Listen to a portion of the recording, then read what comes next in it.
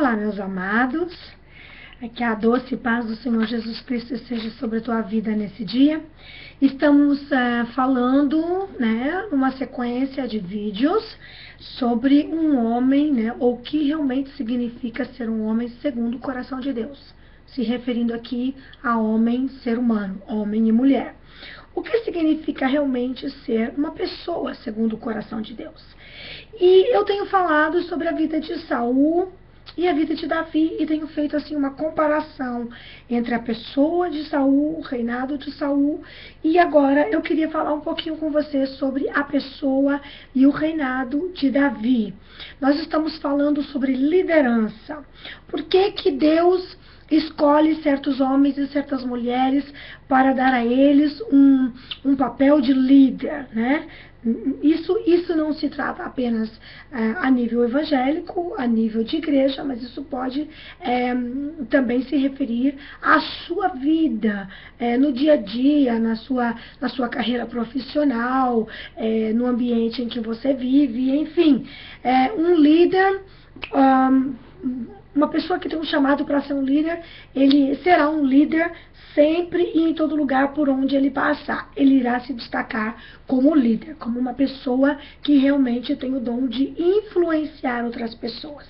E essa é uma comparação que eu gosto muito de fazer. A diferença entre um líder e um chefe, né? O chefe é aquele que manda e você obedece porque você ganha um salário para obedecer. Você é obrigado a obedecer, não é verdade? Agora, um líder é alguém que não manda, ele dá o exemplo, ele é o modelo e com isso ele atrai. Então, quando se fala a nível religioso ou governo no reino de Deus, pastor, um missionário, um evangelista, alguém que recebeu essa posição de liderança vindo da parte de Deus, ele, em princípio, ele tem que ser essa pessoa que dá o exemplo, que é o modelo, e através do seu modelo, seu estilo de vida, ele é uma pessoa que atrai os seus liderados. Amém, queridos? Então, nós estávamos falando nos outros vídeos sobre lideranças problemáticas, né? Pessoas que vêm para Deus com o seu estilo, com o seu caráter, com sua personalidade, tudo formada durante anos de más experiências, de convivências, de influências do seu meio ambiente, da pessoa, dos seus pais, dos seus professores, do meio ambiente onde ele viveu. Isso tudo são fatores responsáveis pela formação do nosso caráter. Então, muitas vezes a gente vem, para a presença do Senhor cheio desses carrapichozinhos, como eu gosto de chamar, cheio desses problemas, dessas feridas que precisam de ser tratadas. Muitas pessoas, infelizmente, não deram tempo ao tratamento de Deus. Muitas pessoas, até mesmo pelo orgulho, como eu falei no vídeo anterior, devido ao orgulho, não concordam, não aceitam que precisam de ser tratadas. Então, já partem, para uma vida de liderança. Então, essa liderança vai se tornar o quê? Uma liderança manipuladora, controladora, uma liderança que, em vez de ela atrair com o seu modelo, ela vai impor, ela vai exigir, ela vai mandar. E não é esse o propósito de Deus para o líder da sua igreja, que é a noiva de Cristo sobre a terra. Amém, queridos? Deus quer nos tratar, quer tirar os nossos pensamentos, que não são os pensamentos dele, mas colocar em nós os pensamentos dele. Quer tirar o nosso mau caráter, a nossa má conduta, os nossos maus hábitos e trocar pelo fruto do Espírito, que é amor, paz, longanimidade, paciência, perseverança, domínio próprio, enfim.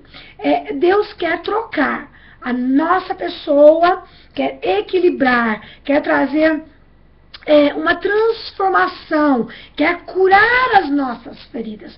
Como também já citei em outros vídeos, líderes, hoje em dia, inúmeros líderes cheios de feridas, cheios de traumas, cheios de problemas, tentando liderar outras pessoas também problemáticas. Isso não vai acabar bem, querido. Acredite no que eu estou falando, eu passei por experiência própria e eu tenho visto inúmeras igrejas, inúmeras pessoas sendo quebradas, sendo muitas vezes dispersas, destruídas e saírem muito mal, tanto quem está liderando como quem está sendo liderado, por falta de prudência, de pessoas soberbas, muitas vezes, orgulhosas, muitas vezes, que não permite que o Espírito Santo trate deles primeiro, para depois eles poderem tratar. Queridos, Jesus disse, olha, se 2 cegos, um cego estiver guiando o outro cego, ambos vão cair no abismo. Tá, meus amados? Então, é necessário que para nós podermos curar, para nós podermos influenciar e sarar outras pessoas, nós também estejamos sarados. Mesmo porque uma pessoa sarada pelo Espírito Santo, ela não vai manipular outras pessoas para o seu bel prazer, ela não vai fazer as coisas com segundas intenções. E eu vejo que há muita motivação errada no coração do homem, da mulher de Deus hoje em dia. Sabe, as pessoas dão o dízimo porque querem dinheiro. Não é essa a nossa intenção. As pessoas ajudam porque querem ser reconhecidas. Não tem que ser essa e não deve ser essa a nossa intenção e o nosso propósito. Muito pelo contrário. Segundo os parâmetros de Deus, é exatamente o contrário. Jesus nos ensinou: o maior entre vós seja o menor. Amém, meus amados? Então, nós temos que nos conscientizar disso. Davi foi ungido rei, voltou para o pasto do seu pai, continuou pastoreando as ovelhas do seu pai, não teve a pretensão de tirar em tempo nenhum, em ocasião nenhuma. Ele teve a pretensão de tirar Saul do seu trono. E quando Deus deu até mesmo Deus deu a oportunidade dele tocar em Saul, dele matar Saul, porque Saul passou a persegui-lo, o que Davi sempre falou, e que isso sirva de exemplo para mim e para você, pastores e líderes que estão me assistindo aí, se você estiver me ouvindo nesse momento, receba esta palavra da parte de Deus. Qual foi a pretensão de Davi? Nenhuma pretensão ele teve contra Saul. Muito pelo contrário, com o coração humilde e quebrantado, ele disse: ai de mim de tocar no ungido do Senhor. E ele disse mais: ai daquele que tocar no ungido do Senhor. Ninguém pode tocar naquele que Deus já ungiu, naquele que Deus já colocou. Queridos, ainda que este homem e essa mulher estejam fazendo muito estrago, não toque. Deus não te chamou para matar ninguém. Deus não te chamou para perseguir, para destruir, para caluniar, para tirar ninguém da posição em que ele se encontra. Sabe por quê? Se ele estiver desagradando a Deus, mais cedo ou mais tarde, Deus mesmo irá tirá-lo da onde ele está. Viu, queridos? Não toque, não coloque as suas mãos, não fale o que você sabe, o que você ouviu, o que você viu sequer. Não defame o ungido do Senhor, deixa quieto, porque o próprio Senhor, um dia mais cedo ou mais tarde, você pode pensar: irmã Lúcia, mas está demorando, por que Deus não tira? Por que Deus não faz? Se Deus não fez, você vai fazer? Se Deus ainda não tirou, é porque Ele tem um propósito que ainda não foi cumprido e terminado ali. Calma. Deus ensina os seus filhos, Ele trata com cada um na hora dele, do jeito dele. Aquilo lá, ou aquela pessoa lá, tá? É um ungido do Senhor. É uma ungida do Senhor. Não importa quem ungiu precipitadamente, o problema não é nosso. O problema é deles com Deus. Eles realmente podem estar fazendo muito estrago, mas o Senhor tem o tempo, a hora e o jeito de tratar com cada um. Queridos, Davi ficou na sua humildade, cuidando das ovelhas do seu pai. Ficou fazendo aquilo que ele estava acostumado, só que com uma grande diferença, como eu já citei, né, no outro capítulo ali, em 1 Samuel 16, versículo 13, a partir do momento em que ele foi ungido, a palavra diz que o Espírito do Senhor se apossou de Davi, e Davi se tornou, ele já gostava ali de tocar sua harpa, ali no pasto para as ovelhas, olha só, ele passou a ser o maior adorador que Israel já conheceu, o maior adorador que nós encontramos aqui, do qual a Bíblia cita, o maior adorador de todos os tempos. Mas ele tocava para quem? Para as ovelhinhas do seu pai. Ele não correu espalhando para todo mundo. Naquela época não tinha internet, Facebook, redes sociais, enfim, fotografias. Ele não fez. né? Como é no nosso tempo, mas naquela época tinha. Enviava-se cartas, mandava-se mensageiros. Ele não fez. Ele não enviou para todas as províncias mensageiro. Olha, eu recebi o óleo. Olha, eu agora, sabe, já fui ungido rei. Olha, vocês têm que me ver. Olha, vocês têm que me enxergar. Olha aqui, olha, eu sou o rei de Israel. Eu vou ser o sucessor do trono. Ele não fez isso. Ele adorou a Deus e ele tocava para suas ovelhinhas. Quem é que ouvia Davi tocar os seus louvores? Além de Deus, as suas ovelhinhas. As ovelhinhas do seu pai. Não é tremendo quando você tira isso como exemplo? Quando você diz assim, queridos, eu vou dar um exemplo com relação à minha vida. Você pode achar que isso aqui é até uma vergonha. Não importa. Mas eu vou te dar um exemplo. Você sabe quantas vezes eu preguei sozinha? Sabe quantas vezes eu preguei pra ninguém no meu quarto? Pra ninguém, mas eu dizia, eu tenho certeza que os anjos estão aqui assistindo minha pregação.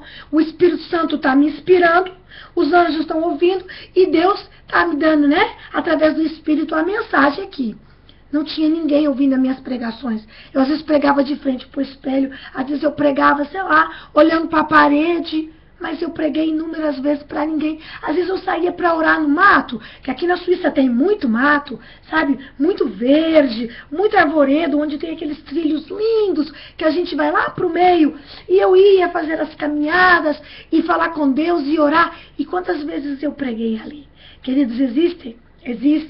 E eu não vai dar nem tempo de falar sobre Davi nesse vídeo, mas não tem importância. Se você tiver com sede demais, vai ter uma sequência, vai ter o próximo. Amém, queridos? Olha, uma vez, um grande homem de Deus recebeu uma instrução do Espírito Santo. Vá até o meio do mato. Esse pregador foi até o meio do mato. Aí o Espírito Santo falou assim para ele, agora comece a pregar. Aí ele olhou, só viu um monte de árvore assim. Ficou sem entender, né? Ficou sem entender aquele monte de árvores.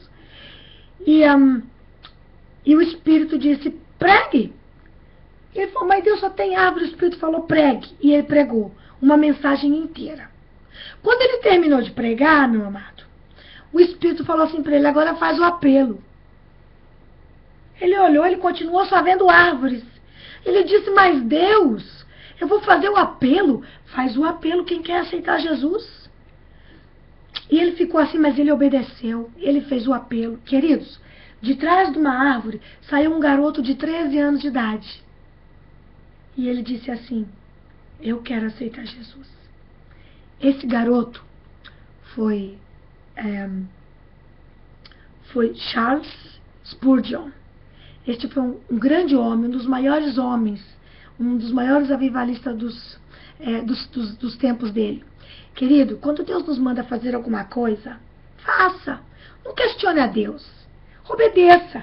Talvez Davi até pensasse, uai, me jogaram o óleo na cabeça, eu estou aqui na condicionada, mas enfim. Sabe quem se encarregou de proclamar a fama de Davi? O próprio Deus. Como Saul já estava fora do propósito de Deus, e ele já estava praticamente caído, porque a palavra diz que depois das desobediências que ele foi, né, cometendo ali contra Deus, contra as ordenanças de Deus, a palavra do Senhor diz que o Espírito do Senhor o deixou, e da parte de Deus foi enviado um espírito maligno para atormentá-lo, para amedrontá-lo e atormentá-lo. E a palavra do Senhor diz que o Espírito do Senhor saiu e ele era atormentado, então, por esse espírito maligno, e esse espírito se apossava dele, e ele ficava ali possesso. Aí alguém falou para ele assim, isso está em 1 Samuel 16, a partir do versículo 14, o Espírito do Senhor se retirou de Saul, e um espírito maligno vindo da parte do Senhor o atormentava. Então um dos oficiais de Saul lhe disse, há um espírito maligno mandado por Deus para te atormentar, que o nosso soberano mande estes teus servos, né, procurar um homem que saiba tocar harpa. E assim, quando o espírito maligno vindo da parte de Deus se apoderar de ti, o homem tocará harpa e tu te sentirás melhor. Queridos, este homem que foi chamado à presença do rei Saul foi Davi, o nosso Davizinho. E no próximo vídeo eu vou dar continuidade, vou continuar lendo o texto e nós vamos falar mais sobre como isso tudo aconteceu. Fique aí, sabe? Me acompanhe, né? Tecle aí na parte número 5 e você vai ver a continuação dessa palavra em nome de Jesus. Fique na paz do Senhor e até a próxima, se Deus permitir.